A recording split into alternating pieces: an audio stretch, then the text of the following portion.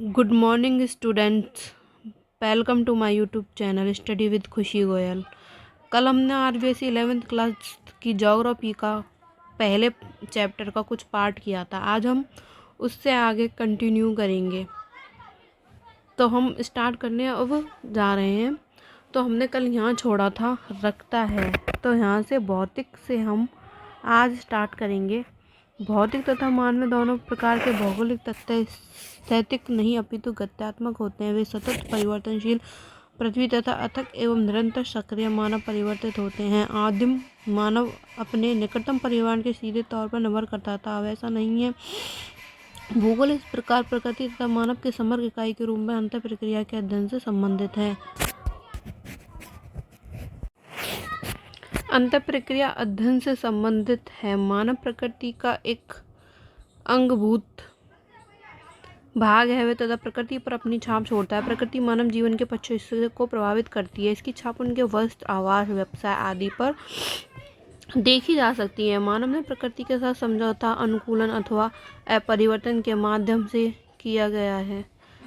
अपन लोगों ने रीट में अनुकूलन शब्द साइकोलॉजी में बहुत पढ़ा है। अनुकूलन आप जानते हैं कि वर्तमान समाज आदिम समाज की अवस्था पर पार कर चुका है। उसके तकनीकी के खोज एवं प्रयोग के द्वारा अपने अस्तित्व के लिए सन्निकट परिवेश को अपरिवर्तित कर प्राकृतिक संसाधनों का समुचित उपयोग करते हुए अपने कार्य क्षेत्र के क्षितिज में परिवर्तन कर लिया है। तकनीकी के क्रमश विकास के साथ मानव अपने ऊपर भौतिक पर्यावरण के द्वारा कसे हुए बंधन को ढीला करने में सक्षम हो गया है। तकनीकी ने श्रम की कठोरता अवकाश का प्रावधान करते हुए मानव को उच्चतर आवश्यकताओं को पूर्ण करने का अवसर दिया है। इससे उत्पादन के पैमाने, श्रम की गतिशील में भी वृद्धि हुई है।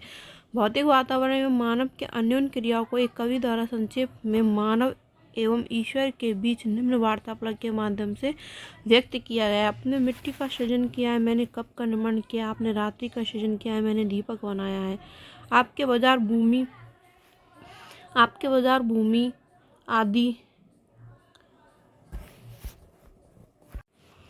आपके अंदर भूमि, पहाड़ी भूभाग एवं मरुस्थल का सृजन किया है। मैंने फूलों की क्यारी तथा बाग बगीचे बनाए। प्राकृतिक संसाधनों का प्रयोग करते हुए मानव अपने सृजनात्मक योगदान का दावा करता है। तकनीकी सहायता से मानव आवश्यकता की अवस्था से स्वतंत्र की ओर अग्रसर है। उसने सर्वत्र अपनी छाप छोड़ी है। प्रकृति के सहयोग से नई आदि का मानव के बारे में मानव ने अपने संसाधन का प्रयोग किया है, अपने अकॉर्डिंग संसाधनों को उपयोग में लाने योग्य बताया है। यही चीज़ इसमें बताई गई है। आगे नई संभावनाओं का सृजन किया है। इस प्रकार हमें मानवीकृत प्रकृति तथा प्रकृतिक प्रभावित मानव के दर्शन होते हैं। भूगोल इसी अंतर प्रक्रियात्मक संबंध का अध्ययन करता है। परिवहन एवं संचार के साधनों के जाल तथा पदानुक्रम केंद्रों के माध्यम से क्षेत्र समकलित और संगठित हो गए हैं। एक सामाजिक विज्ञान के रूप में भूगोल इसी क्षेत्रीय समकलन एवं संगठन का अध्ययन करता है। एक वैज्ञानिक विषय के रूप में भूगोल को 3 वर्ग प्रश्नों से संबंधित है। अब तक जो अपन ने पढ़ा उसमें ऐसे कोई क्वेश्चन खास बना नहीं है, बस एक क्वेश्चन बना था, उसको आप ध्यान रखना। सर्वप्रथम भूगोल शब्द का प्रयोग किसने किया? एरिस्टोथेनिस ने, जो एक ग्रीक विद्वान थे। और ज्योग्राफी शब्द ग्रीक भाषा के मूल शब्द पृथ्वी जियो प्लस ग्राफ से मिला है। जियो का अर्थ होता है पृथ्वी एवं ग्राफ का अर्थ होता है वर्णन। इस प्रकार ज्योग्राफी का अर्थ है पृथ्वी का वर्णन। तो आप बस इसको याद रखें। आगे यही है, कुछ प्रश्न धरातल पर पाए जाने वाले प्राकृतिक एवं सांस्कृतिक विशेषताओं के प्रतिरूप की पहचान से जुड़े होते हैं, जो क्या प्रश्न के उत्तर देते हैं। कुछ प्रश्न पृथ्वी पर भौतिक सांस्कृतिक तत्वों के वितरण से संबंधित होते हैं। सब मिलकर उक्त दोनों प्रश्नों में प्राकृतिक एवं सांस्कृतिक तत्वों के वितरण एवं स्थिति को ध्यान में रखा गया है। इन प्रश्नों से कौन से तत्व कहाँ स्थित से संबंधित सूचीबद्ध सूचनाएं प्राप्त होती हैं।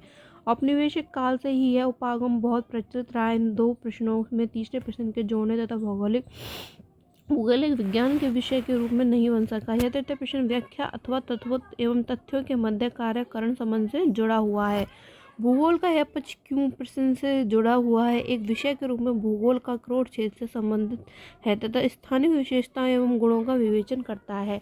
इस क्षेत्र में तथ्यों के वितरण की स्थिति एवं केंद्रीकरण के प्रतिरूप का अध्ययन करता है तथा इन प्रतिरूपों की व्याख्या करते हुए उनका स्पष्टीकरण देता है। मानव तथा उनके भौतिक वातावरण के मध्य गत्यात्मक अंतर प्रक्रिया से उपजे तथा तथ्यों के बीच साचार एवं अंतर संबंध का विश्लेषण करता है। अब हम भूगोल एक समाकलन विषय के रूप में पढ़ेंगे। भूगोल एक संश्लेषात्मक विषय है जो क्षेत्रीय संश्लेषण का प्रयास करता है तथा इतिहासकालिक संश्लेषण का प्रयास करता है। इस उपागम की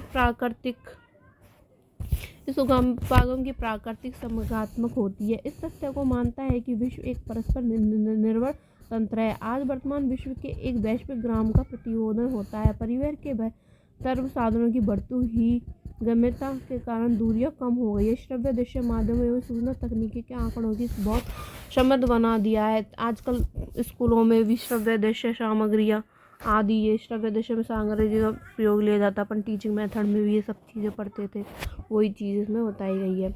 एवं सामाजिक प्राचाल के निरीक्षण एवं परीक्षण के बेहतर अवसर प्रदान किए गए हैं। भूगोल का एक संश्लेषणात्मक विषय के रूप में अनेक प्राकृतिक तथा सामाजिक विज्ञानों के अंतरपृष्ठ संबंध है।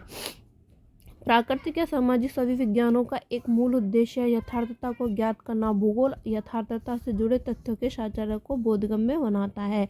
भूगोल का अन्य विषयों विज्ञान के साथ संबंध दर्शाता है। वस्तुतः विज्ञान से संबंधित सभी भूगोल जुड़े हुए हैं क्योंकि उन्हें कई क्षेत्रीय संदर्भ में भिन्न भिन्न होते हैं। भूगोल स्थानीय संदर्भ में यथार्थता को समझता से समझने में सहायक होता है। तब भूगोल न केवल एक दूसरे स्थान में तथ्यों की भिन्नता पर ध्यान देता है बल्कि उन्हें समग्रता में सम्मिलित करता है। भूगोलवेत्ता को सभी संबंधित क्षेत्रों की व्यापक समझ रखने की आवश्यकता होती है जिससे कि वह उन्हें तार्किक रूप से संश्लेषित कर सके। इसमें ऐसे कोई पढ़ने वाली नहीं है, पर एक बार अपन रीडिंग लगा लेते हैं। रीडिंग लगाने में कुछ नहीं है। तार्किक रूप से संश्लेषित कर सके। ये संश्लेषण कुछ उदाहरण की सहायता से सरलतापूर्वक समझाया जा सकता है। भूगोल ऐतिहासिक घटनाओं को प्रभावित करता है। स्थानिक दूरी स्वयं विश्व के इतिहास की दिशा को परिवर्तित करने के लिए प्रभावशाली कारक है। क्षेत्र विस्तार लड़ाई के दौरान विशेषकर पिछली शताब्दी में कई देशों की सुरक्षा का साधन बना। परंपरागत युद्ध में आकार स्थान छोड़कर समय का लाभ प्राप्त किया गया है। नए विश्व के देशों में चारों तरफ समुद्र प्रदत्त कवच उन्हें उनकी मिट्टी पर युद्ध होने से बचाता रहा। यदि हम विश्व की प्रमुख ऐतिहासिक घटनाओं का विवेचन करें तो हम उनमें से प्रत्येक की भौगोलिक व्यवस्था की जा सकती है। भारत में हिमालय एक महान अवरोध के रूप में देश की रक्षा करता है, परंतु उसमें विद्वान दर्रे मध्य एशिया के आक्रमणकर्ताओं या प्रव्रजकों को मार की सुविधा देते हैं। सामुद्रिक किनारे दक्षिण पूर्व या दक्षिण पूर्व एशिया, यूरोप तथा अफ्रीका से संपर्क को प्रोत्साहित करते रहे हैं। नौ संचालन तकनीकी ने यूरोपीय देशों को भारत सहित कई एशियाई अफ्रीकी राष्ट्रों पर उपनिवेशन करने में सहायता की है क्योंकि उनमें समुद्र के माध्यम से गम्यता मिली है। भौगोलिक तत्वों तथा विश्व के विभिन्न भागों में इतिहास की धारा अनेक उदाहरण मिले हैं। अब ये है कि प्रत्येक भौगोलिक तथ्य तथा समय के साथ परिवर्तित होता रहता है। समय के परिप्रेक्ष्य में उनकी व्याख्या की जा सकती है। भूआकृति, जलवायु, वनस्पति, आर्थिक क्रिया, व्यवसाय एवं सांस्कृतिक विकास ने एक निश्चित ऐतिहासिक पद का अनुसरण किया है। अनेक भौगोलिक तत्व विभिन्न संस्थानों द्वारा एक विशेष समय पर निर्णय लेने की प्रक्रिया प्रतिफल होते हैं। उदाहरण स्थान व स्थान से 1500 किलोमीटर दूरी है, जिसे की रूप में भी कहा जा सकता है कि यह स्थान से 2 घंटे की दूरी पर है। हवाई जहाज की यात्रा की जाए तो 17 घंटा दूर है। मतलब ये है कि हवाई जहाज से करेंगे तो जल्दी पहुंच जाएंगे, रेल से करेंगे तो थोड़ा लेट पहुंचेंगे, वही चीज़ होता है। कृपया 3 विभिन्न प्राकृतिक एवं सामाजिक विज्ञानों से भूगोल का संबंध रूप से चित्रित करता है। संबंध 2 खंडों में भौतिक भूगोल एवं प्राकृतिक विज्ञान। भौतिक भूगोल की सभी शाखाएं जैसा कि रेखा चित्र में दर्शाया गया है। प्राकृतिक विज्ञान के अंतर्राष्ट्रीय प्रमुख भौतिक भूगोल, भौमिकी, मौसम विज्ञान, जल विज्ञान, मृदा से संबंधित इस प्रकार भूआकृति विज्ञान, जलवायु, सामर्थ्य, मृदा विज्ञान आदि संबंध हैं। ये मतलब एक दूसरे से संबंध रखते हैं। जैव भूगोल, वनस्पति शास्त्र, जीव विज्ञान, परिस्थिति विज्ञान से अत्यधिक निकटता से जुड़े हैं क्योंकि मानव विभिन्न स्थिति निकेत में निवास करता है। यही है इसमें। अब आगे यही है, भूगोलवेत्ता को गणित, विज्ञान, कला, मानचित्र, रेखांकन में निपुण होना चाहिए। भूगोल के खगोलीय स्थितियों के अध्ययन से भी जुड़ा होना चाहिए। अक्षांश व देशांतर के बारे में तो भूगोल में ज़रूर पता होना चाहिए। कौन सी अक्षांश रेखा है, कौन सी देशांतर रेखा है। अक्षांश रेखा आप लोगों को भी पता होगा कि अक्षांश रेखा हम इन रेखाओं को कहते हैं। अक्षांश रेखाएं, ये रेखाएं होती हैं, ये अक्षांश रेखाएं होती हैं, ये वाली अक्षांश रेखाएं होती हैं, और देशांतर रेखाएं ये वाली देशांतर रेखाएं होती हैं।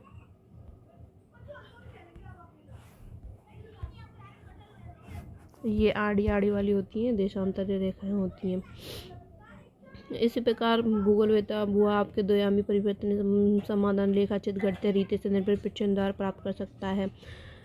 मानचित्र कलात्मक कल्पना द्वारा किए भाग का मानव मानचित्र कला हेतु होते हैं। भूगोल एक सामाजिक विज्ञान के रूप में, भूगोल सामाजिक विज्ञान के रूप में क्या है क्या नहीं है, इसको हम अब कल पढ़ेंगे।